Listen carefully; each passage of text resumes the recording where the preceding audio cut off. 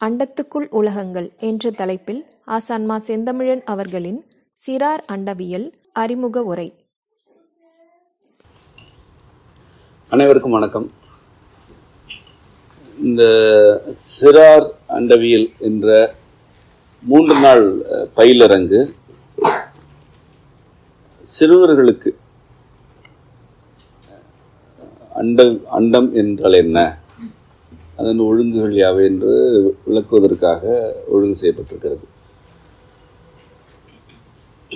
இந்த சிறார் அண்டவியல் என்ற கருத்து இணைய வழியில் தொடர்ந்து முன்னெடுக்கப்படவும் இருக்கின்றது. இங்கே வந்திருப்பவர்களும் விருப்பம் இருப்பின் அதற்குரிய விருப்பத்தை பதிவு செய்துவிட்டு செல்லலாம். சிறுவர்கள் இந்த அண்டத்தை எவ்வாறு பார்க்க வேண்டும் என்று சில கருத்துக்களை, சிறுவர்கள் இந்த அண்டத்தை எவ்வாறு பார்க்க வேண்டும் என்று எனக்கு சில விருப்பங்கள் இருக்கின்றன. ஆகவே இந்த அண்டவியல் பயிலரங்கிற்கு பெற்றோர் வந்திருந்தாலும் நான் சிறுவர்களோடு இந்த அறிமுக உரையை அமைத்துக் கொள்ளவே விரும்புகிறேன். பொதுவாக இப்போ உங்கள்கிட்ட பேசுகிறேன்.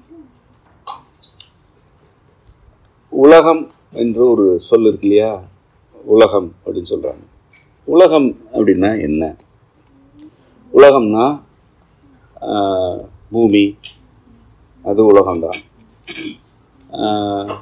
வானம் எல்லாத்தையும் சேர்த்தாலும் அது உலகம்தான் இல்லையா?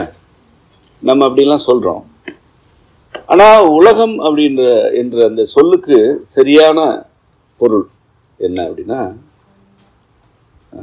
இப்போ கடல் இருக்குதுன்னு வச்சுக்கோங்க. கடல் பூமி எங்கே இருக்குது இல்லை, எல்லா இடத்துலையுமே கடல் இருக்குது. அதை ஆழி உலகம் அல்லது கடல் உலகம்னு சொல்லலாம், அப்படி சொல்லலாம். இப்போ பாலைவனம் இருக்குன்னு வச்சுக்கோங்க, அது வந்து பாலை உலகுன்னு சொல்லலாம். அப்போ தொல்காப்பியம் என்று நம்முடைய இலக்கண நூல் இருக்கு. அதுல என்ன சொல்றாங்கன்னா, தமிழ் கூறு நல்லுலகம்னு சொல்றாங்க. அப்படின்னா என்னன்னா, தமிழை பேசக்கூடிய மக்கள் அவங்க வாழ்றதே ஒரு உலகம் தான் சொல்றாங்க.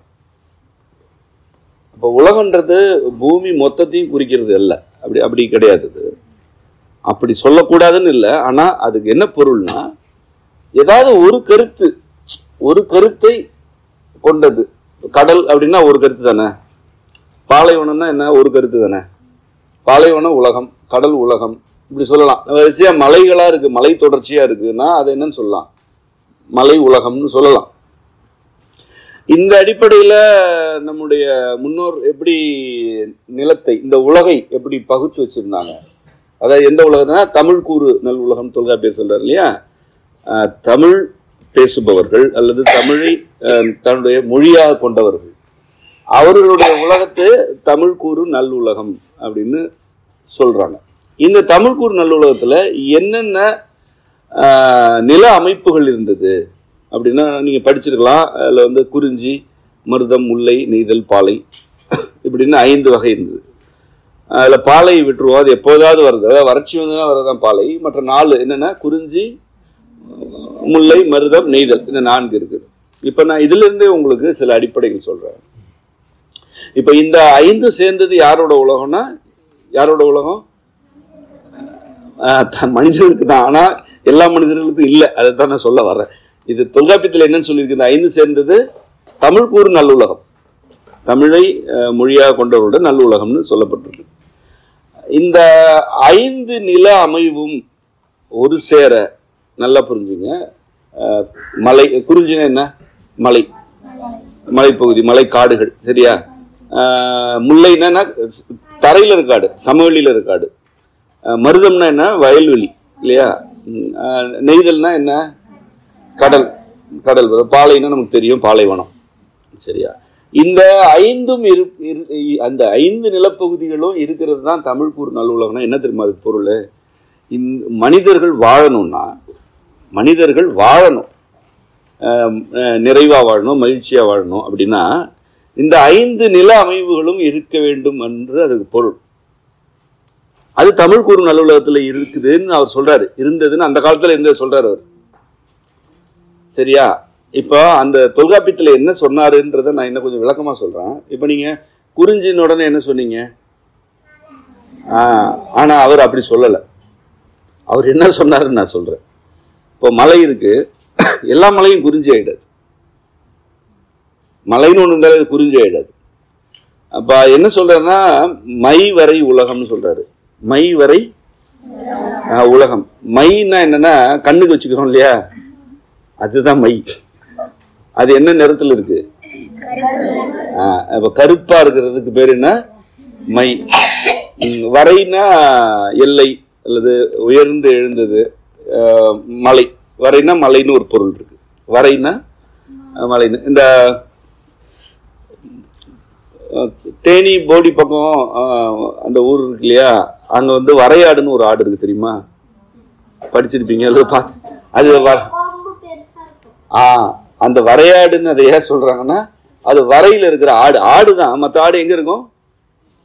சும்மா சமவெளியில இருக்கும் இல்லையா, நம்ம ஊர்கள்ல இருக்கும். ஆனா இந்த ஆடு எங்க இருக்குது? மலையில இருக்கிறதுனால வரையாடு. இப்ப புரியுதா? வரைன்னா என்ன? மலை. வரைனா மலை. மை வரைனா இப்ப என்ன? மைனா என்ன?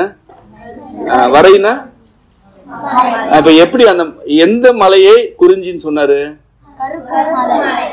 கருப்பா மலை இருந்தா அதுதான் குறிஞ்சின்னு சொல்லிட்டாரா? இப்ப மை வரை உலகம், அதுக்கு பேர் என்ன? உலகம். இந்த நிலத்துடைய பேரா என்ன வச்சாங்கன்னா குறிஞ்சின்னு வச்சுட்டாங்க. குறிஞ்சின்றது என்ன? அது ஒரு பூ. ஆமா, குறிஞ்சின்றது ஒரு பூவோட பேரு. அந்த பூவோட பேரை ஒரு உலகத்துக்கு வைக்கிறாங்க. இப்ப நான் சொன்னல, கடலா இருந்தா உலகம்னு சொல்லலாம். நான் சொன்னேன் கடலையும் உலகம், கடல் உலகம்னு சொல்லலாம். மலை தொடர்ந்துன்னா மலை உலகம்னு சொல்லலாம் அப்படின்னு சொன்னேன் இல்லையா? அது வந்து நான் சொல்லல, ஏற்கனவே தொல்காப்பியத்துல அப்படிதான் உலகம் உலகம் சொல்லி வச்சிருக்கிறாங்க.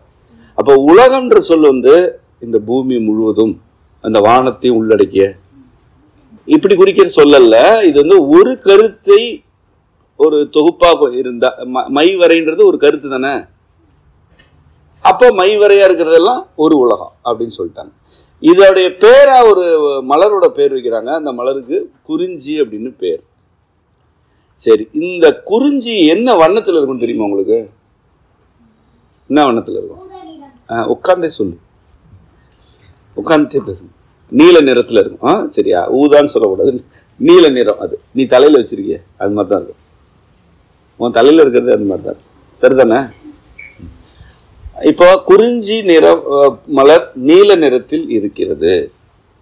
இந்த நீல நிற பூ என்ன ஒரு செய்தி சொல்லுது. அது ஒரு செய்தி சொல்லுது. அது என்ன செய்தி அப்படின்னா, நீங்க நான் கவனிச்சு பாருங்க, எங்கெல்லாம் நீல நிற பூ இருக்கோ அங்கெல்லாம் நீர்த்தன்மை அதிகமா இருக்கும். மண்ணுல நீர் அதிகமா இருந்துச்சு, ஈரம் அதிகமா இருந்துச்சுன்னா அங்கதான் நீல நிற பூ இருக்கும். நீ இனிமே போய் வேடிக்கை பார்க்கும்போது கவனிக்கணும்.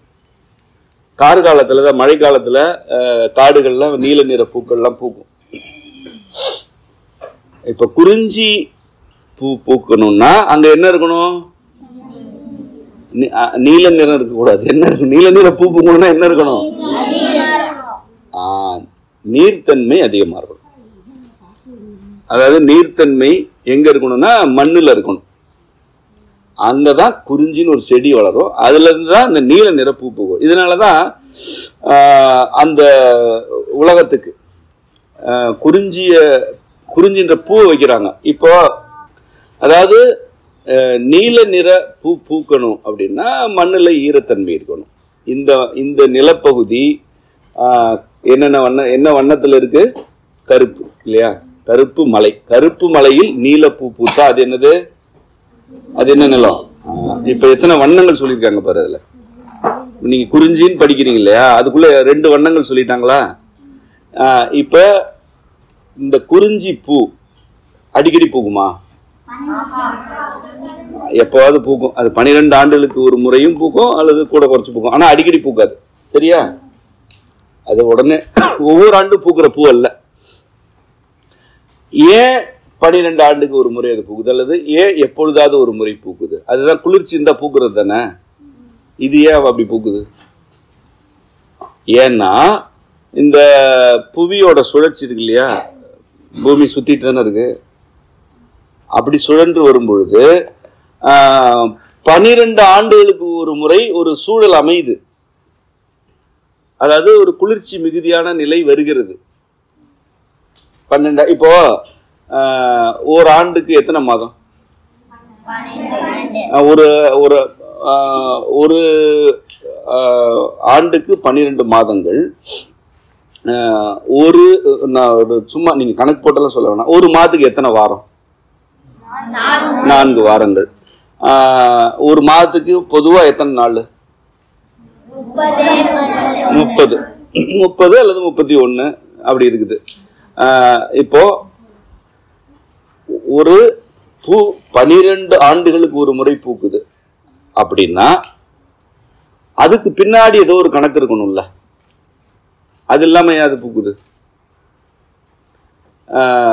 இப்ப நம்ம 12 ஆண்டு அப்படி சொல்றோம், ஒரு மாதம் சொல்றோம், ஒரு வாரம் சொல்றோம். இதெல்லாம் எதை குறிக்கும்? இதுக்கெல்லாம் எது அடிப்படையா இருக்கு? காலம் இல்லையா? காலம் தானே அடிப்படை. ஆண்டுன்றது என்ன? காலம் தானே, கால கணக்கு தானே, அதுவும் காலம். அப்புறம் வாரம்ன்றது என்ன? காலம் தானே. மாதம்ன்றது என்ன? சரி. இப்போ ஒரு நாள் எத்தனை மணி நேரம்? 24 மணி நேரமா? அது என்னது? அது காலம். பொதுவா அது காலம் தான். இதெல்லாமே காலம். சரியா? அதுக்கப்புறம் ஒரு மணி நேரத்துக்கு எத்தனை நிமிடம்? 60 நிமிடம். ஒரு நிமிடத்துல எத்தனை நொடி இருக்கு? இதெல்லாம் என்னது? இப்ப ஒரு நிலத்துல ஒரு பூ பூக்கணும்னா அதுக்கு எது அடிப்படையா இருக்கு? காலம் அடிப்படையா இருக்கு. புரியுதா? ஒரு நிலத்துல ஒரு பூ பூக்கணும்னா அதுக்கு காலம் அடிப்படையா இருக்கு இல்லையா? அந்த காலத்துல அது பூக்கும். ஒரு உலகம் முதல்ல இருந்து வருவோம். ஒரு உலகம்னு சொன்னாரு. எதை சொன்னாரு? மைவரை உலகம் அப்படின்னு சொன்னாரு. அதுல என்னென்ன கருத்து சொல்லியிருக்கிறாரு? அது என்னவா இருக்கும்? கருப்பா இருக்கும். ரெண்டாவது அது ஒரு மலை. மை வரை. மைனா கருப்பு, வரைனா இப்ப ரெண்டு கருத்து ஆயிடுச்சு. நான் அப்படி நீங்க சொல்ல எண்ணிக்கிறேன். ஒரு கருத்து என்னன்னா அது கருப்பு. ரெண்டாவது கருத்து என்ன? அது மலை. அப்புறம் அடுத்த கருத்து என்ன? அதுக்கு பேர் ஒண்ணு இருக்கு, அது ஒரு குறிஞ்சி. அதுதான் மூணாவது கருத்து. அது ஒரு மலர் தானே. அடுத்த கருத்து அதோட வண்ணம். அதோட வண்ணம் நீல நிறம். இதெல்லாம் அவர் சொல்லிட்டாரு. இப்ப இதுல இருந்து நம்ம என்ன புரிஞ்சுக்கிறோம்?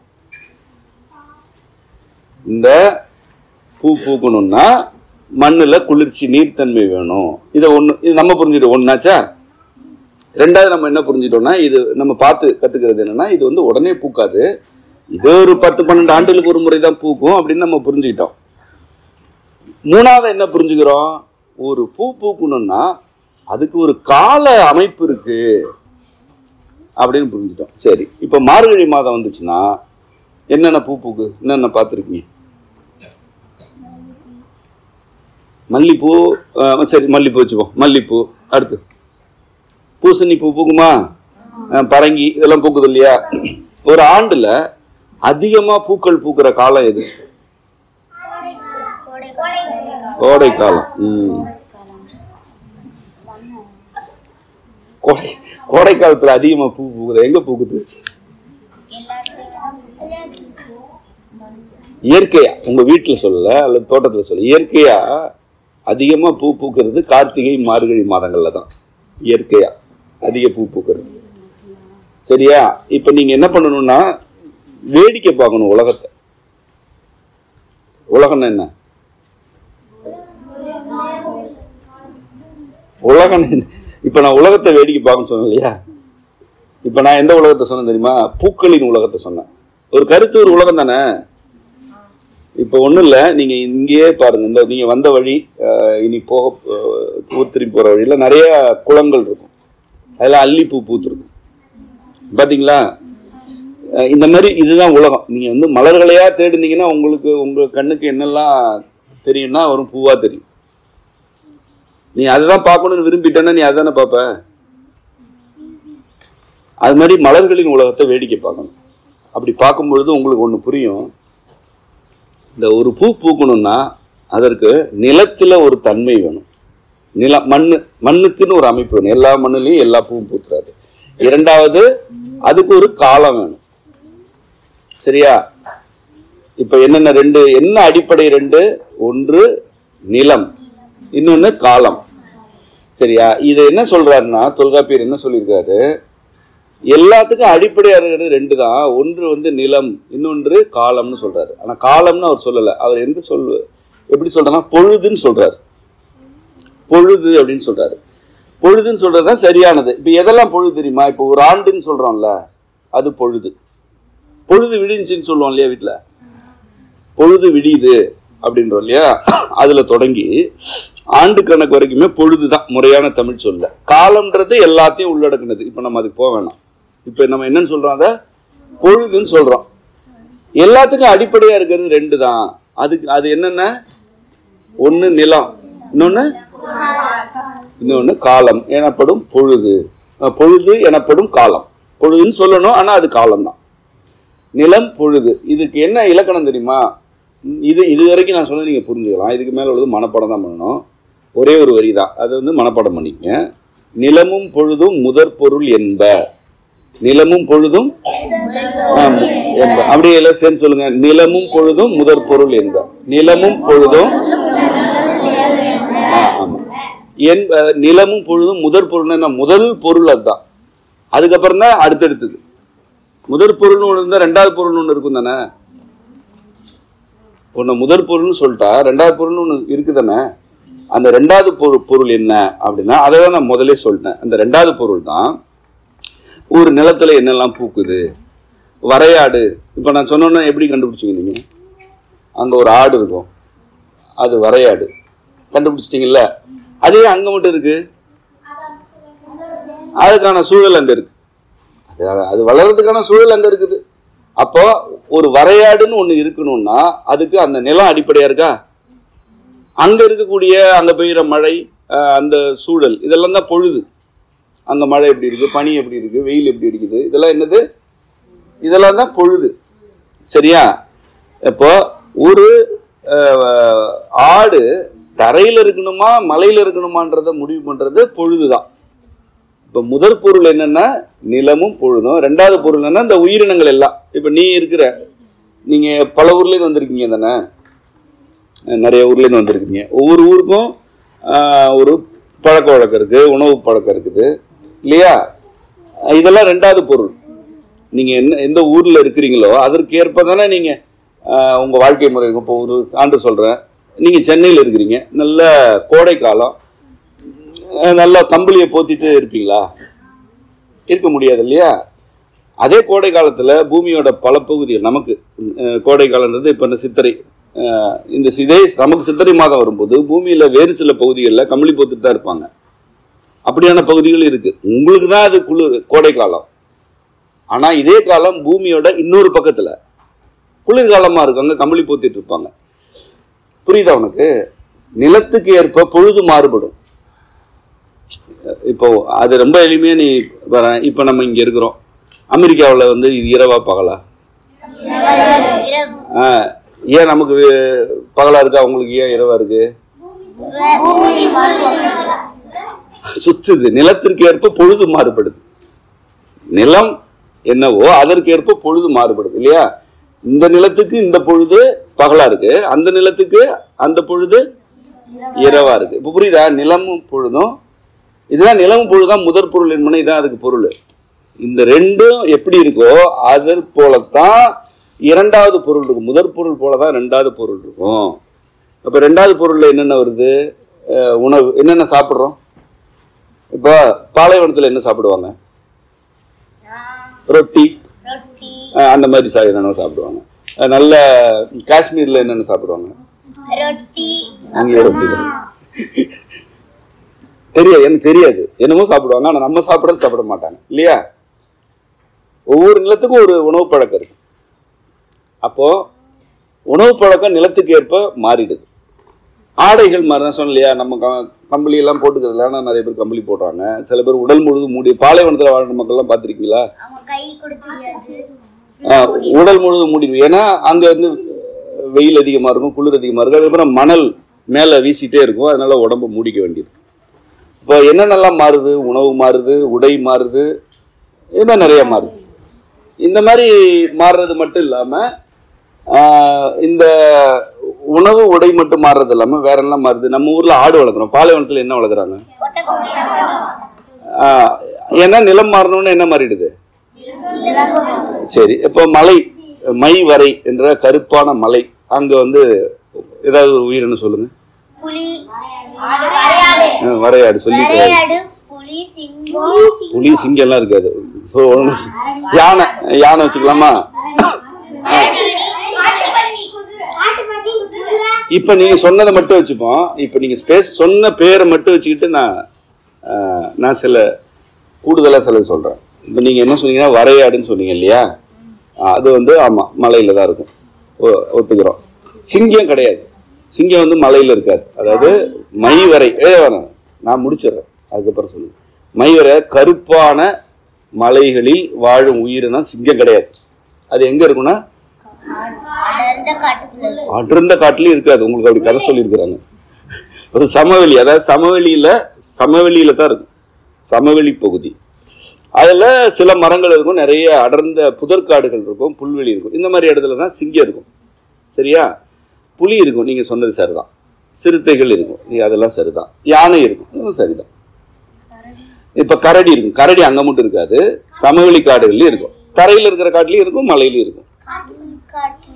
காட்டுப்பன்றி சமவெளியிலயும் இருக்கும், தரை காடுகள்லயும் இருக்கும், மலை காடுகள்லயும் இருக்கும். மயில் எல்லா இடத்துலயும் இருக்கு. மான் சமவெளியிலயும் இருக்கும், மலையிலயும் இருக்கும். இப்பதான் நீங்க இப்ப ரெண்டுக்குமான உயிரினம் எவ்வளவு வருது பத்தியா? இப்ப அந்த நிலத்துக்கு மட்டுமே உரித்தான உயிரினங்கள்னு சொன்னா உங்களால சொல்ல முடியுமா? தம்பி, இது மைவரை உலகத்துல மட்டும்தான் இருக்கும், அது எதுன்னு சொல்லு அப்படின்னு சொல்ல முடியுமா? ஒரே பதில எல்லா கேள்விக்கும் எழுதக்கூடாது, அது முடிஞ்சிருச்சு. தெரியல பத்தியா? சரி, இப்ப நான் ஒண்ணு சொல்றேன். காட்டு மாடு பாத்திருக்கீங்களா? காட்டு மாடு, காட்டெருமை, காட்டெருமை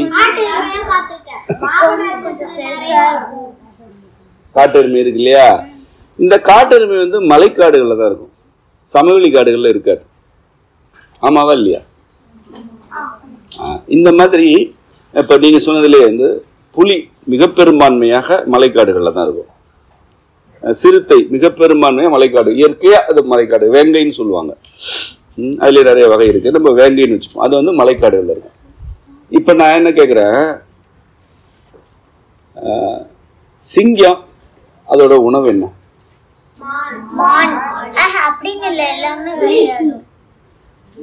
சிங்கத்தோட உணவு என்னன்னா புலி.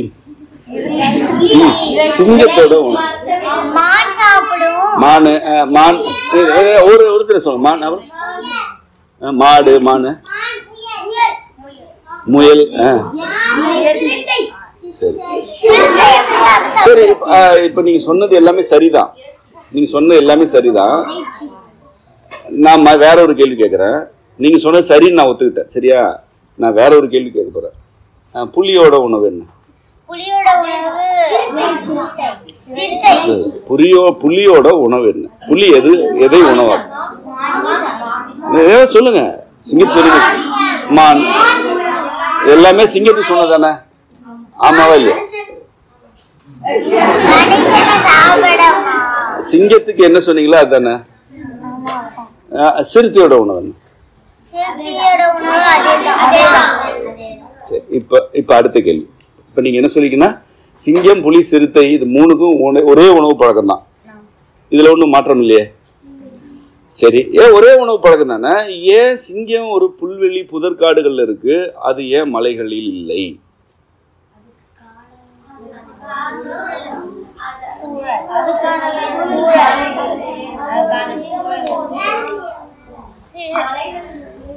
ஏற முடியாது. சரி, வேற யார் சொல்லுங்க. சரி, நான் இப்படி கேக்குறேனே, சிறுத்தை ஏன் சமவெளி காடுகள்ல இயற்கையா இல்ல? வந்து போகும், ஆனா அங்கேயே உறைந்து வாழாது. வேங்கைகள் ஏன் இல்ல?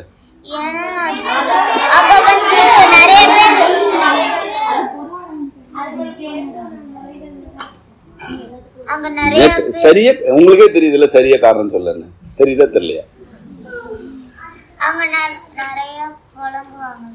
சரி, அப்புறம் நீங்க சொன்னீங்கல்ல மான் நிறைய சொன்னீங்கல்ல, மான் எந்த நிலத்துல வாழும்?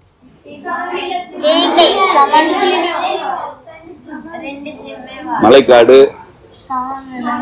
சமவெளி, அப்புறம் வயல்வெளி, எல்லாத்துலயுமே கடல் ஓரத்துல கூட வாழும் இல்லையா? இப்ப பாரு எப்படி இருக்கு பாரு நிலைமை. சிங்கத்துக்கும் புலிக்கும் சிறுத்தைக்கும் உணவு பழக்கம் ஒண்ணுதான். ஆனா சிங்கம் வேற நிலத்துல இருக்கு, சிறுத்தையும் புலியும் வேற நிலத்துல இருக்கு. மானோட எல்லா மானும் ஒரே உணவு பழக்கம் தான், ஆனா அது எல்லா இடத்துலயும் இருக்கு. ஆமா தானே? இப்ப காட்டு மாடு என்ன உணவு இருக்கு? புல்லு, பெரும்பாலும் புல்லு தான் இல்லையா? அப்ப புல்லு இருக்கிற எல்லா இடத்துலயும் இது இருக்கணும்ல. அது ஏன் மலையில மட்டும் இருக்கு?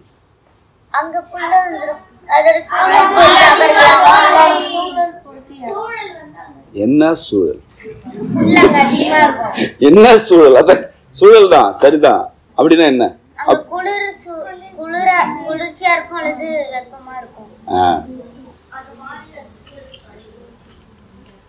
இப்ப நான் கேக்குறது புரியுது இல்ல? எதுக்காக கேக்குறேன், எதுக்காக உங்களுக்கு சொல்ல வரேன்னா, உணவு பழக்கத்தை மட்டுமே வச்சுட்டு ஒரு உயிரினம் ஒரு இடத்துல வாழ்றது இல்லை. அது புரியுதா உங்களுக்கு? அதாவது சோறு கிடைக்குதுன்றதுக்காகவே எல்லா இடத்துலயும் தங்கிட முடியாது மற்ற உயிரினங்களை பொறுத்த வரைக்கும்.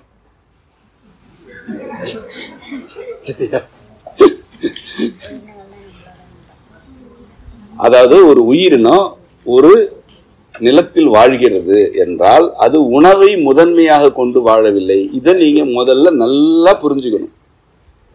இப்ப புல் இருக்குன்னு சொல்லிட்டு காட்டு மாடு கீழெல்லாம் வந்து மேயாது. மேய வந்தாலும் மறுபடியும் போயிடும். அங்க அதுக்கு பேர் என்னன்னா உறைதல். என்ன உறைதல்னா அங்கேயே இருக்கிறது. உடன் உறைதல் சொல்லுவோம் தெரியுமா? உடன் இருக்கிறது, அசையாம அங்கேயே இருக்கிறது, அதான் உறைதல். இப்ப வேங்கை என்ற விலங்கு எங்கு உறைகிறது அப்படின்னா என்ன சொல்லுவீங்க? வேங்கைனா சிறுத்தைன்னு நீங்க சொல்றீங்க இல்லையா? அதோடைய முறையான சொல் வந்து வேங்கை தான். அது எங்கு உறைகிறது? மைவரை மலைக்காடுகளில் உறைகிறது. சிங்கம் எங்கு உறைகிறது? சமவெளி காடுகளில் உறைகிறது. காட்டு மாடுகள், காட்டு எருமைகள் எங்கு உறைகின்றன? அப்ப இதை ஏன் நம்ம வந்து இதெல்லாம் வந்து இங்கு உறைகின்றன நம்ம ஏன் சொல்றோம்? ஏன்னா அது அங்கதான் இருக்கும். அது உறைஞ்சு போய் பனி மாதிரி இல்ல, அது அங்கதான் இருக்கும். அங்க இருந்தாதான் அது அதுவா இருக்கும். புரியுதா?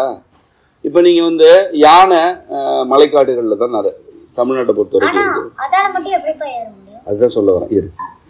இப்ப யானைகள் மலைக்காடுகள்ல மிகுதியா இருக்கு இல்லையா? அவை அங்கு உறையும் வரை யானையாவே இருக்கு. ஆனா யானையை கொண்டு வந்து நம்ம கோயில்கள்ல கட்டினதுக்கு அப்புறம் யானை அதோட இயல்போட இருக்கா? நீங்க வாழைப்பழம் கொடுத்தாலே அது கொஞ்சுது உங்களை. காட்டுல போய் வாழைப்பழம் நம்ம கொடுத்தா வாங்குமா?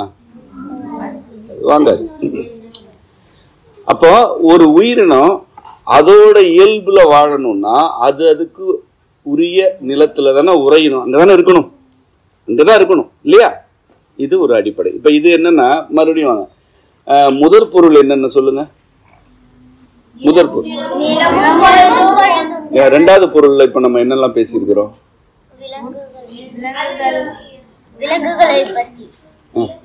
நிறைய விலங்குகள் பேசணும், அது புல் வகையில் பேசணும், இதெல்லாம் பேசணும் இல்லையா?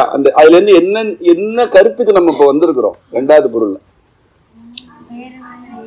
ஒரு உயிரினம் ஒரு இடத்துல உறைகிறது என்றால் அது அதன் இயல்பில் இருக்கிறது. அந்த இடத்தை மாத்தி வந்துருச்சுன்னா என்ன மாதிரி நிலம் மாறினா இன்னொன்னு மாறிக்கும் சேர்ந்துன்ற. அது என்ன சொல்லுங்க? பொழுது மாறிடும். நிலம் மாறினா பொழுது மாறிடுது இல்லையா? அப்போ நிலமும் பொழுதும் முதற் பொருள்ன்றதுனால ஒரு உயிரினம் நிலத்திலிருந்து இடமாற்றம் செய்கிறது என்றால் அதுக்கு இயல்பாவே என்ன நடந்துருது? பொழுது மாறி போயிடுது. அப்ப அதோட இடத்துல இருக்கணும். சரி, இப்ப நான் அந்த கேள்விக்கு வர்றேன். நான் ஒரு கேள்வி கேட்டேன் இல்லையா? எனக்கு பதில் தெரியல. இப்போ நீ கண்டுபிடிச்சிட்டீங்களான்னு பார்க்குறேன். உணவு பழக்கம் ஒன்று தான் வேங்கைக்கும் புலிக்கும் சிங்கத்துக்கும். ஆனால் அது ஏன் வேற வேற இடத்துல இருக்கு? அதெல்லாம் உரை உரை ஏன் என்ன அடையாளம்? சரி சும்மா சொல்லுங்க, என்ன அடையாளம்? நீங்க என்ன புரிஞ்சுட்டீங்கன்னு சொல்லுங்க.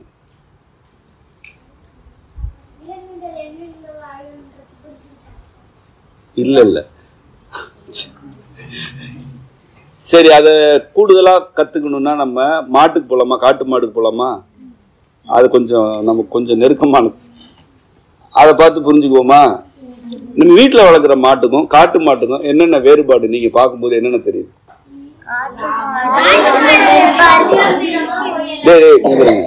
நீங்க எல்லாருமே ஓரளவு சரியா தான் சொல்றீங்க. ஆனா நான் கேட்கும்போது ஒவ்வொருத்தரா சொல்லுங்க. நீங்க என்னமோ சொல்றீங்க, சொல்லு. கொம்பை பத்தி என்ன சொல்லு?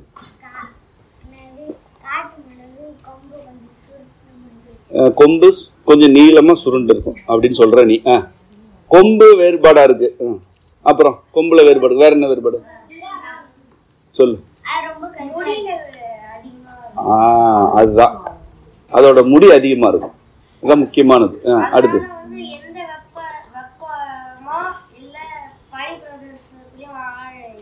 அது ஆமா, பனிப்பிரதேசம் இல்ல, குளிர்ச்சியா இருந்தாலும் வாடும். இப்ப கொம்பு வேற மாதிரி இருக்கு. அதுக்கு எப்படி இருக்கும்? காட்டு மாட்டுக்குன்னா நல்லா நீளமா சுருண்டு சுருண்டுலாம் இருக்காது. காட்டு மாட்டுக்கு நீளமான கொம்பு இருக்கும். எல்லாம் கொம்பு வேறுபாடு. இரண்டாவது அதுக்கு இது அது மயிர். மயிர்ன்றது கெட்ட வார்த்தையா நினைச்சுக்காதீங்க. மயிர்னா அப்படிதான் சொல்லணும். அதை முடின்னு சொல்லக்கூடாது. முடி வேற. தலையில இருக்கிறத வேணா முடின்னு சொல்லலாம், உடம்புல இருக்கிறத மயிர்ன்னு தான் சொல்லணும். நான் தோற்றத்துல வேறுபாடு. ஒன்று கொம்பு, ரெண்டாவது மயிர், மூணாவது சொல்லுங்க யாராவது என்ன வேறுபாடு? அது பழகாது. ஆனா நான் கேட்கறது தோற்றத்துல என்ன வேறுபாடு? பார்த்தாலே என்ன வேறுபாடு தெரியுது? காட்டெருமை அது நல்ல அதான் நல்ல பருத்த உடல் இல்லையா? நல்ல பருத்த பெரிய உடம்பு இருக்கு. மூணு வேறுபாடு சொல்லியிருக்கீங்க. கனமான அருமை. நல்ல அதோட தோல் வந்து தடிமனா இருக்கு. 4 ஆச்சு. எது எங்க? அங்க கணுக்கால். சரி, கணுக்கால் வந்து அருமை அருமை. அதான் முக்கியமான குறிப்பு. அதெல்லாம் கணுக்கால் அதுக்கு பெரிதாக இருக்கும். அருமையான குறிப்பு. 5 ஆச்சு. அப்புறம் சொல்லுங்க. இன்னொன்னு இருக்கேடா, அதுதான் அதுக்கு அழகே. அது தோற்றம். நான் கேட்குற தோற்றம். வால் எப்படி இருக்கும்? கொஞ்சம் நீளமா இருக்கு. அருமை. இதுவும் நல்ல குறிப்பு. என் மூஞ்சி என்ன வித்தியாசம்? அதைத்தான் நீங்க சொல்லுவீங்க. அதுல என்ன நிறம்? வா வா வந்துட்டு. அது அதோட நிறம் என்னது? ஆனா நம்ம இங்க சமவெளியில நம்ம வளர்க்குறோம் இல்லையா மாடு, அது பல வண்ணங்கள்ல இருக்கும். ஆனா காட்டு மாடு ஒரே வண்ணம் தான். அதுல இன்னொரு வண்ணமும் இருக்காது. என்ன? அருமை சொல்லிட்டீங்க. பழுப்பு. அதாவது கருப்பா இருக்கும், பழுப்பா இருக்கும், வெள்ளையா இருக்கும். சரியா? இப்ப நீங்க வந்து ஒரு 6 குறிப்புகள் சொல்லியிருக்கிறீங்க. இப்ப பாரு, மாடு தானே அது. இதுவும் மாடு, அதுவும் மாடு தானே. ஆனா எவ்வளவு வேறுபாடு இருக்கு பத்தியா தோற்றத்துல? இங்க உள்ள மாடு என்ன உணவு? இதோட உணவு என்ன? அதோட உணவு என்ன? ஒரே உணவு தானா? ஆனா எவ்வளவு வேறுபாடு இருக்கு? இருக்கா? இப்ப கொம்புல இருந்து நீங்க சொன்ன அந்த வெள்ளை வரைக்கும் வருவோம். இவ்வளவு தோற்ற வேறுபாடு இருக்கு இல்லையா ஒரு மாடுக்கு? இந்த தோற்ற வேறுபாடுகள் ஏன் இருக்கு? அடுத்த கேள்வி. ஏன் இருக்கு? ஏன் இருக்கணும்? இந்த மாடு மாதிரி அந்த மாடு இருக்கலாம்ல. இப்ப நீ முதல்ல வா இருக்குது. இப்ப ஒண்ணு காரணம் சொல். நீங்க தான் சொல்ல போறீங்க. ஒண்ணு சொல்ல போறீங்க. இப்ப கொம்பு ஏன்பா இங்க இருக்கிற மாட்டு கொம்பு விட அதுக்கு பெரிதா இருக்கு, நீளமா இருக்கு, கனமா இருக்கு?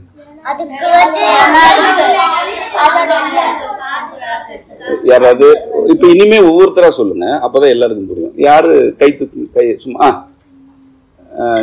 நீயும் அவளும் சொல்லுங்க. நீ முதல்ல சொல்லு. ஒண்ணு பாதுகாத்துக்கிறதுக்கு. அப்புறம் வேற ஏதாவது தெரியுதா? இல்ல, நீ சொல்லு. நான் கேட்கறது அப்படி இல்லை. வெட்டலைன்னா கூட காட்டு மாட்டோட கொம்பு அளவுக்கு இங்க வளராது. அது ஏன் அதுக்கு கனமா இருக்கு, பெரிதா இருக்கு? சரி, அப்படி நான் இப்படி வர்றேன். கொம்பு எதுக்கு இருக்கு மாட்டுக்கு? யார்கிட்ட இருந்து பாதுகாக்கிறது? பாதுகாக்கிறதுக்கு ஏதாவது ஒரு வேங்கை புலி வந்துச்சுன்னா அவரு சண்டை போடுறதுக்கு அது ஒண்ணுக்கு தானா? வேற எதுக்காக இருக்குமா? வேற என்னெல்லாம் செய்யுது? நல்லா பாருங்க, நல்லா பாருங்க, நினைத்து பாரு. கொம்பு வச்சு மாடு என்னெல்லாம் செய்யணும் நினைப்பாரு. சொரிஞ்சுக்குவோம். அப்புறம் அதுவும் நிச்சயமா அது ஒரு செயல்பாடு தான், தேவையான செயல்பாடு தான். வேற என்ன தெரியுமா பண்ணுவோம்? நான் சொல்றேன், நான் சும்மா காட்டுல பார்த்த வரைக்கும் சொல்றேன். முக்கியமா மான்களுக்கு, மான் மாடு போன்றவற்றுக்கு கொம்பு இருக்கிறது வந்து சண்டை போடுறதுக்கு இல்லை. இப்போ அப்படி நீங்க வந்து கொம்பு இருந்தா சண்டை போடுன்றீங்க, மான் வந்து கொம்பு இருக்கிறதுனால சிறுத்தையோட சண்டை போடுறதா? இல்ல பத்தியா? அப்ப வேற ஏதோ ஒண்ணு இருக்குல்ல அதுக்கு. அது என்ன? கொம்பு இருக்கிறது சண்டை போடுறதுக்காக இல்ல, சண்டையும் போடலாம். ஆனா முதல்ல அது எதுக்காக இருக்குன்னா அழகு. யாரு? இந்த பசு பெண் காட்டு மாட்டுல பசு ஆண் மாட்டை பார்த்து அழகா இருக்குன்னு சொல்றதுக்கா? அழகெல்லாம் நமக்கு தான், அது இல்லை, அது அழகா தான் இருக்கு. ஆனா அதுக்கு ஏன் கொம்பு இருக்கு?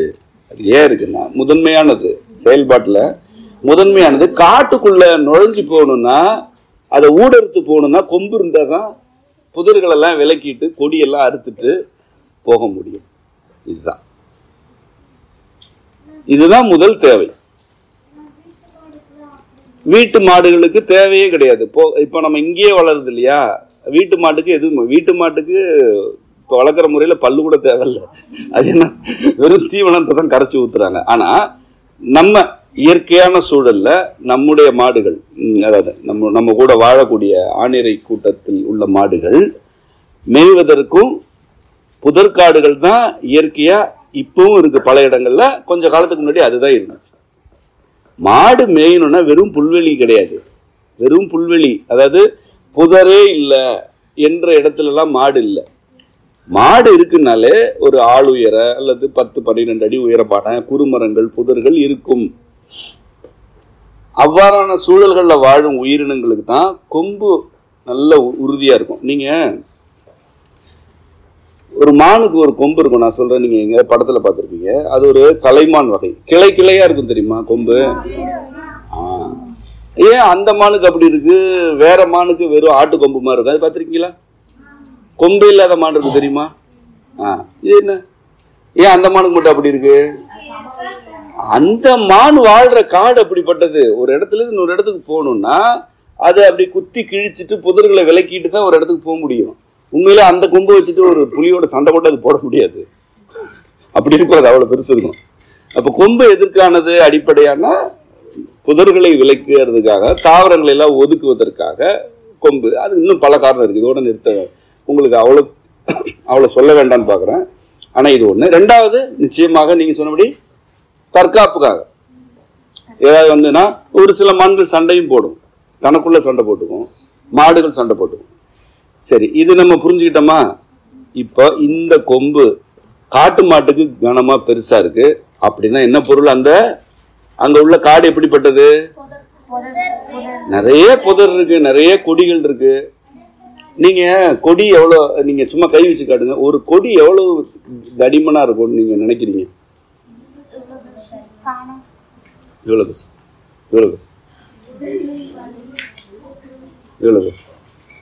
இவ்வளவு பெரிய கொடியெல்லாம் பார்த்திருக்கீங்களா? இவ்வளவு பெரிய கொடி பார்த்து இல்லையா? நான் பார்த்திருக்கேன். உங்களா பார்த்திருக்கீங்க?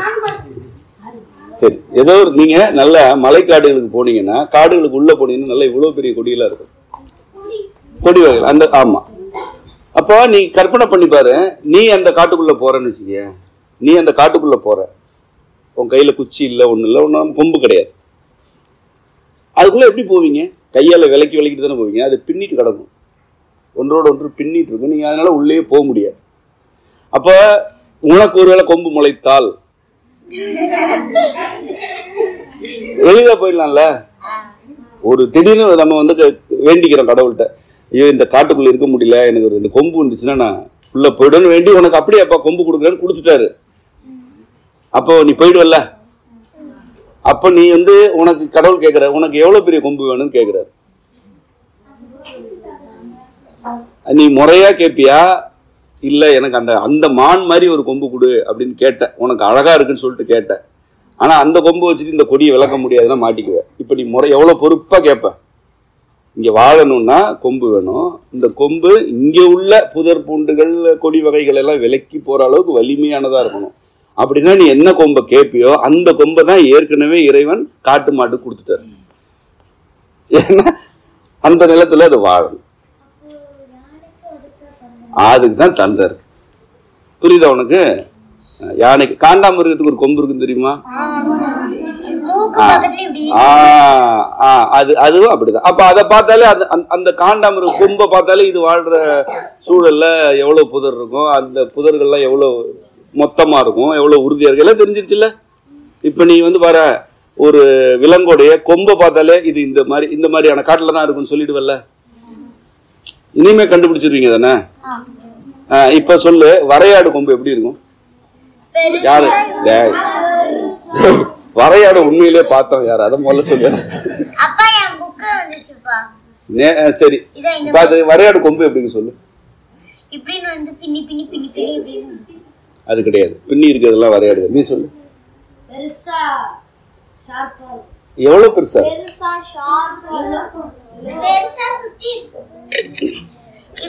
அவ்வளவுதான் அவ சொல்றதுதான் சரி. இதை இவ்வளவு பெருசு இருக்குமா? நல்ல கூரா இருக்குமா? சரி, நான் இப்ப என்ன கேக்குறேன், இப்ப அடுத்த கேள்வி, ஏன் ஒரு அந்த ஆடு, நம்ம ஆட்டு கொம்பு பார்த்துருக்கிறீங்கல்ல, அது ஊசி மாதிரி கூரா போய் முடியுதுல்ல, அந்த மாதிரி முடிஞ்சா என்ன? அதுக்கு என்ன, அது என்ன மாதிரி சூழல்ல வாழும்?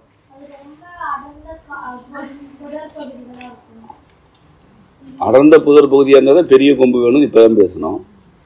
இவ்வளவு அதை விட குறைந்த சுற்றளவு கனம் கொண்ட கொம்பு ஆனா கூரா இருக்கு அப்படின்னா எப்படி இருக்கணும்? அந்த அந்த நிலம் எப்படி இருக்கும்? புதர் இருக்கு ஆனா பெரிய மொத்தமான கொடிகள் அதெல்லாம் மிக அடர்த்தியா இருக்காது அப்படின்னா அதுக்கு ஒரு அப்படின்னு பார்த்தா தெரியுதுல்ல. இப்ப நீ வரையாடு எங்க மேயும்? எங்க நீங்க மேயும்? அடர்ந்த காட்டுக்குள்ள இருக்குமா, வேற எங்க இருக்கும்? மலையில இருக்குன்றது நம்ம ஏற்கனவே பார்த்துட்டோம். ஒரு மலையிலேயே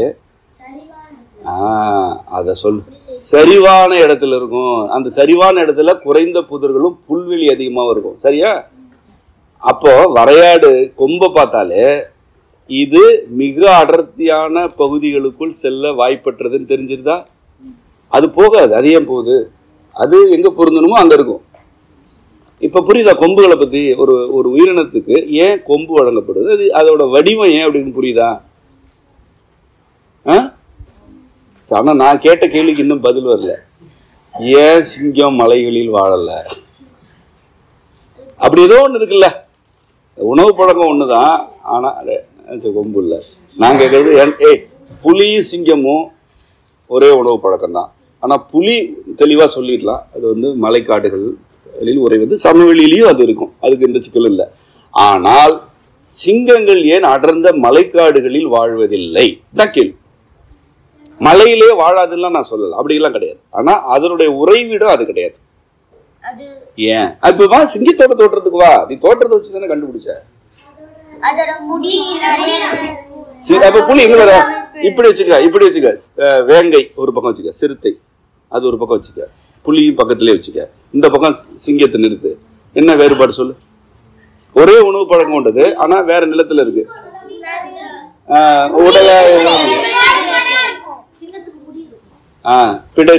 பிடரி மயிர்,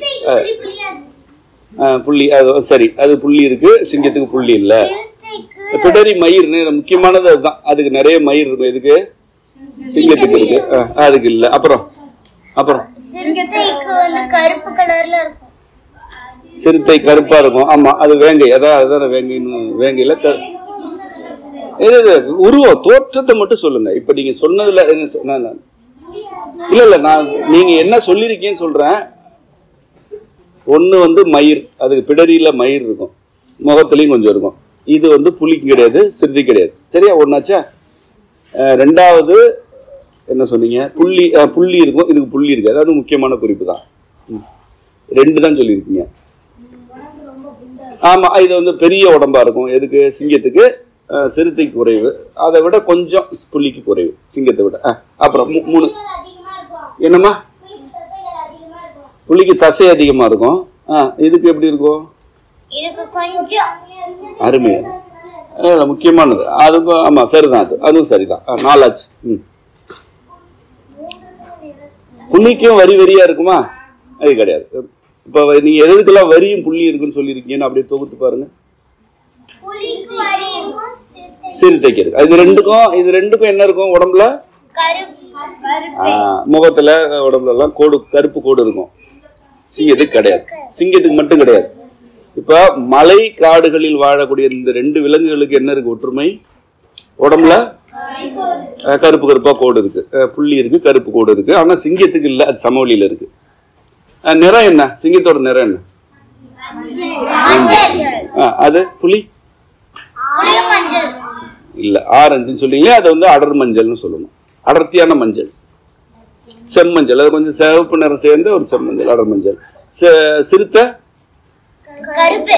கருப்பாவும் இருக்கு, அதான் வேங்கை, கருவேங்கை. இது மஞ்சளும் செம்மஞ்சள் இருக்கும். இப்போ சமவெளி பகுதியில் மிகுதியாக வாழக்கூடிய சிங்கத்திற்குரிய வண்ணம் மஞ்சள். இதை முடிவு பண்ணிடலாம் தானே? இந்த வண்ணம் புலி சிறுத்தைக்கு கிடையாது. இதுவும் தெளிவு தானே? இது அடர்த்தியா இருக்கு, அங்க அடர்த்தியா இருக்கு. ஆமா தானே? சரியா சொல்றேன் தவறா சொல்றேன்? இப்போ இந்த புலி சிறுத்தை இந்த 2 எடுத்துக்கங்க. புலிக்கும் சிறுத்தைக்கும் கோடு இருக்கு, சிங்கத்துக்கு இல்லை. சரியா?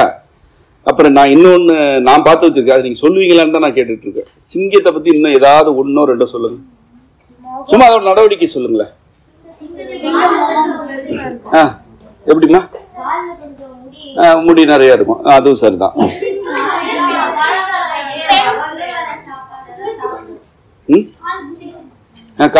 கால் கொஞ்சம் பருத்து இருக்கும். அது மிக மிக முக்கியமான குறிப்பு. அதுதான் சிங்கத்தோட கால் எப்படி இருக்கும்?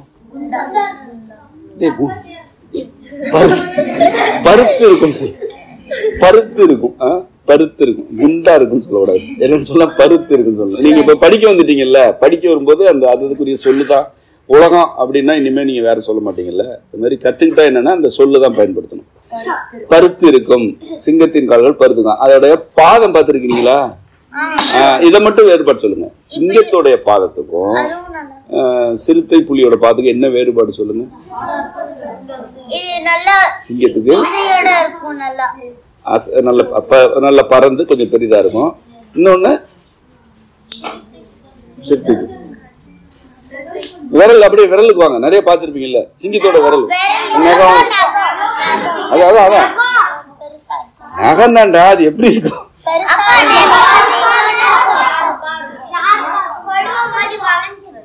சரி, விரல் சொல்லுங்க. சிங்கத்தோட விரலுக்கும் புலியோட விரலுக்கும் என்ன வேறுபாடு?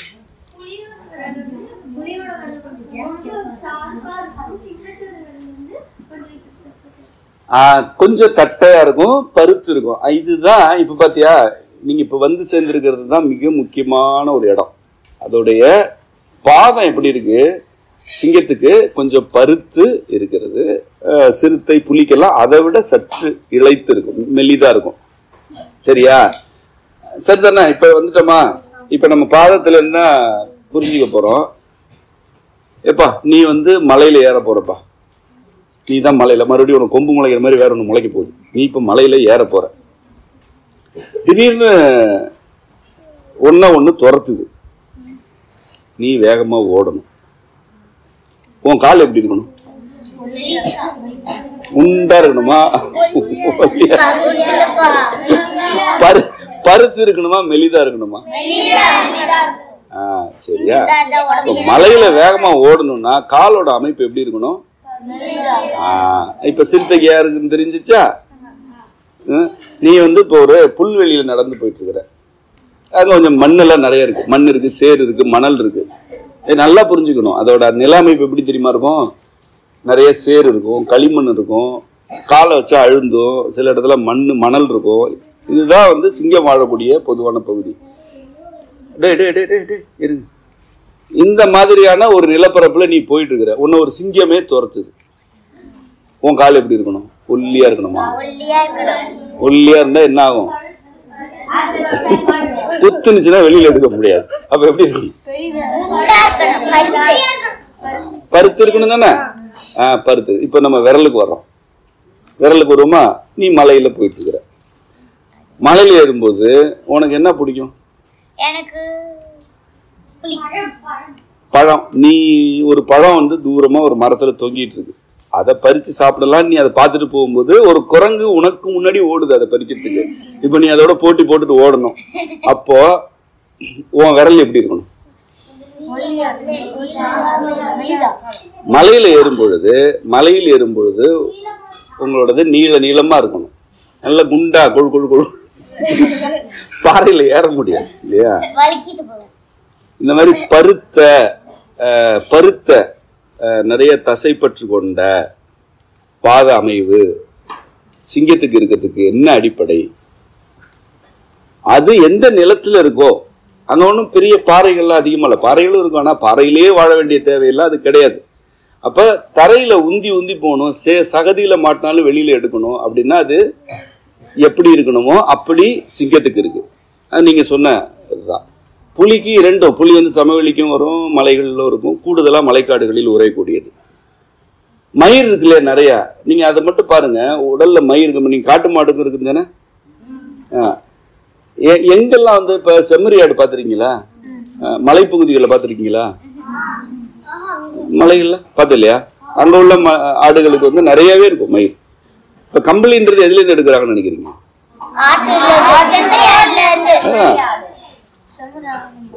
அதுதான். அப்போ மலைகள்ல வாழக்கூடிய பல விலங்குகளுக்கு மயிர் அதிகமா இருக்கு. ஏன்னா நீங்க அழகா ஏற்கனவே யாரோ சொன்னீங்க, அதிகமான குளிர்ச்சியை தாங்கணும்னா நம்ம கம்பளி போத்திக்கிற மாதிரி அதுக்கு இறைவனே உடம்புல கொடுத்ததுதான் அந்த மயிர். சரியா? அது போல கழுத்து பகுதியில அதிகமான குளிர்ச்சி தாக்கி விடாமல், முகத்துல அதிகமா குளிர்ச்சி தாக்கி விடாம இருக்க வேண்டிய தேவை சிங்கத்துக்கு இருக்கு. அதுக்கு என்ன நம்ம அப்புறமா பின்னாடி என்னைக்காவது நான் பாடம் நடத்த நான் சொல்றேன். சிங்கத்தோட கழுத்து பகுதி, முகம்லாம் நிறைய பாதுகாக்கப்பட வேண்டியது. அந்த இடத்துல எல்லாம் அதிக மயிர் இருக்கும். நீங்க கவனிச்சு பாத்தீங்கன்னா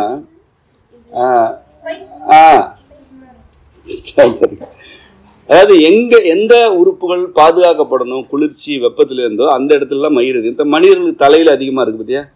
ஏன்னா தலை குளிர்ச்சி தாங்கக்கூடாது, அதை தாக்கக்கூடாது, வெயிலும் தாக்கக்கூடாதுன்றதுனால நமக்கு இருக்கு. இந்த மாதிரி தானே ஒரு காரணம் சிங்கத்துக்கு மயிர் இருக்கிறதுன்னு இருக்கும். அது மாதிரி அதுக்கு வந்து அதுக்கு முகம் கழுத்து பகுதியில நிறைய இருக்கு. குதிரைக்கு எங்க இருக்கும்? பிடரியில இருக்கும். பிடரி அதாவது முதுகு பகுதியில, கழுத்துக்கு மேற்பகுதியிலாம் நிறைய இருக்கும், வால்ல நிறைய இருக்கும். இது நீ இப்ப என்னன்னா நான் எல்லாத்தையும் நான் சொல்லிக் கொடுக்க மாட்டேன். இப்ப நான் சொல்லிட்டேன் மயிர் எங்க இருக்கும், எங்கெல்லாம் எந்தெந்த உறுப்புகள்லாம் வந்து நேரடியான குளிர்ச்சி வெப்பத்திலேருந்து பாதுகாக்கப்படணுமோ அங்கெல்லாம் மயிர் அதிகமா இருக்கும், கற்றையா இருக்கும். இனிமே நீ வேடிக்கை பார்த்து கத்துக்க தானே, அதை பார்த்துட்டே கத்துக்கணும். சரியா? இந்த மாதிரி சிங்கம் எந்த நிலத்தில் இருக்க வேண்டும் என்பதற்கும் அதோட உடல் அமைப்புக்கும் உறவு இருக்கு. அது உங்களுக்கு புரிஞ்சிருச்சா? இப்போ ஒரு உயிரினம் ஒரு நிலத்தில் வாழ்வதற்கு உணவு பழக்கம் மட்டுமே பொருத்தமான காரணமாக இருக்கலாமான்னு கேட்டா என்ன சொல்லுவீங்க? இல்லைன்னு சொல்லுங்க. அப்ப வேற என்னென்னலாம் இருக்கணும்? அதோட உடல் அமைப்பு. அதாவது ஒரு உயிரினம் எந்த உடல் அமைப்புல இருக்கோ அதற்குரிய நிலத்தில் இருக்கிறது, உணவு பழக்கம் மட்டுமே அல்ல அப்படின்னு புரிஞ்சிருச்சா? புரிஞ்சிருக்கா? இது வரைக்கும் புரிஞ்சிருச்சா? சரி, இப்ப நான் நடத்தினேன் இல்லையா பாடம், இது என்ன இயல்?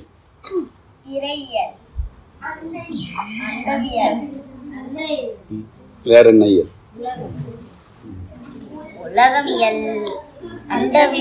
சுற்றுச்சூழல். அது எனக்கு தெரியாது, சுற்றுச்சூழல் என்ன தெரியாது. இதான் அண்டவியல்.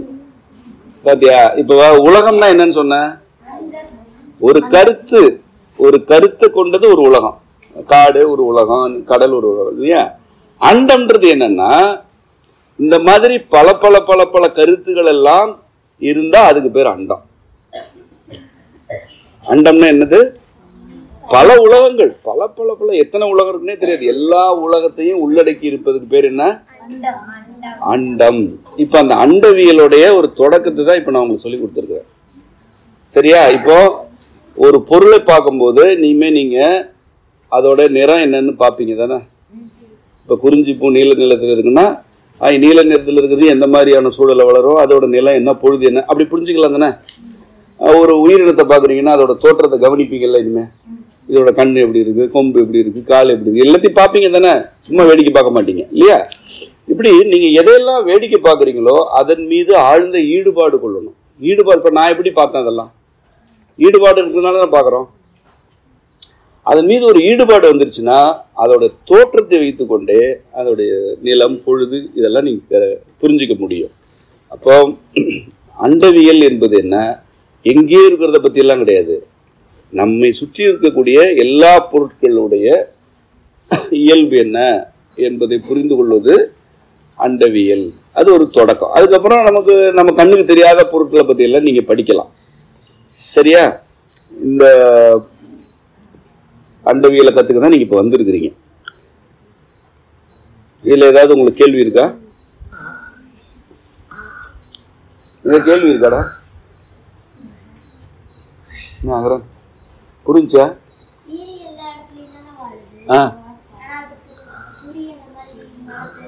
அது மறைவா தானே இருக்கும். பொது கீரி பாத்தியா புதர்களுக்குள்ளதான் இருக்கும். புதர்களுக்குள்ள பெரும்பாலும் இருட்டு குளிர்ச்சியான சூழல்ல தான் வாழும்.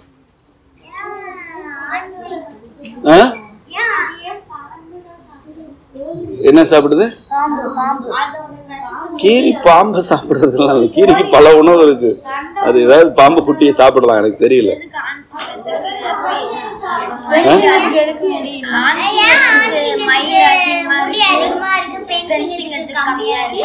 அதெல்லாம் தான் நான் இனிமே போக நடத்துறேன்னு சொல்றேன். ஏன் மயில் ஆண் மயிலுக்கு தோகை இருக்கு, பெண் மயிலுக்கு இல்ல? ஏன் ஆண் புறா கழுத்துல வண்ணங்கள் அதிகமா இருக்கு, பெண் புறா கழுத்துல இல்ல? சரி, இப்படி கேள்வி வருது இல்ல? எனக்கு தெரியல, ஆனா பார்த்தா கேள்வி வருது இல்ல. இதுக்கு ஏன் இருக்கு, அதுக்கே இல்ல, அதுக்கே இருக்கு. ஆமா, அது சரியான கேள்விதான். பாம்புக்கு முடி கிடையாது, ஆனா குளிர்ச்சியான இடத்துல எல்லாம் அது இருக்கு பத்தியா? எப்படி? இல்ல, தோல்ல மென்மையா கூட இருக்கும், தண்ணிக்குள்ளே இருக்குது. எப்படி? அதை புரிஞ்சுக்கணும்ல. எனக்கு தெரிஞ்சு சொல்றேன், பாம்போடைய ரத்தம் இருக்கு இல்லையா, அது சூடா இருக்கும். மற்ற உயிரினங்களுடைய உதரத்தை விட பாம்போடைய உதரம் எப்பவுமே நல்ல சூடா, வெப்பம் அதிகம். அதுதான், அப்படி கூட ஒரு காரணம் இருக்கலாம்ல. ஏதோ அதாவது ஒரு உயிரினம் குளிர்ச்சியா இருக்குன்னா அது முடியே இல்லை, ஆனா குளிர்ச்சியில இருக்குன்னா வேற ஏதோ ஒரு காரணம் இருக்கு இல்லையா? அதை நீ கண்டுபிடிக்கணும், அதை நீ புரிஞ்சுக்கணும். இப்ப நம்ம கத்துக்கிறது மட்டுமே உலகம் கிடையாது. நம்ம ஒண்ணு கத்துக்கிட்டோம்னா நமக்கு தெரியாது நிறைய இருக்கும். அந்த தெரியாது வேணும், அதை கத்துக்கணும்னு நீ விரும்பணும். சரியா? அப்பதான் நீ அண்டவியல் கத்துக்க முடியும். நீ அண்டவியல் எப்படி கத்துக்க முடியும்னா உட்காந்து படிச்சோ பாடம் கேட்டோ மட்டும் கிடையாது. படிக்கணும், பாடம் கேட்கணும். ஆனா நீ உன்னோட சொந்த அறிவிலிருந்து உலகத்தை பார்க்கணும், அதுல கேள்வி கேட்கணும். தெரியலன்னா தெரியலன்னு ஒத்துக்கணும், தெரிஞ்சுக்கணும்னு விரும்பணும், இறைவனை வேண்டணும். இதை எனக்கு இதை கத்துக் கொடுங்கன்னு வேண்டும். அப்ப ஏதோ ஒரு வழியில உனக்கு வழிகாட்டல் கிடைக்கும்.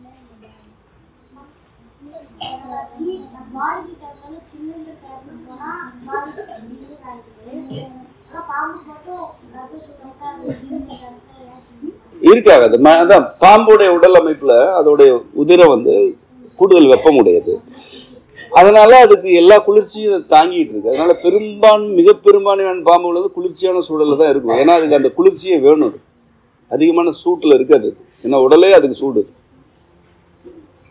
அது கடிச்சா நஞ்சு இருக்கு இல்லையா, பல பாம்புகள் கடிச்சா நஞ்சு இருக்கு இல்லையா, அது நஞ்சா இருக்கிறதுக்கு காரணமே அந்த வெப்பம் தான். அவ்வளவு வெப்பமான உதிரம் இருக்கிறதுனால அதுக்கு நஞ்சின்னு ஒரு பொருள் வருது. நஞ்சின்னு தனியா ஒண்ணும் கிடையாது. அது உடம்புல இருக்கிற ஒரு துளி இன்னொரு உடம்புக்கு போனா அந்த வெப்பத்தை செரிக்க முடியாது. அதான் நஞ்சு. இப்ப நீங்க நஞ்சான பலது பண்ண தேள் பாரு எங்க இருக்கும், குளிர்ச்சியான பாறை கீழே இருக்கும், மண்ணு கீழே இருக்கும் இல்லையா? இதெல்லாம் ஒரு வகை.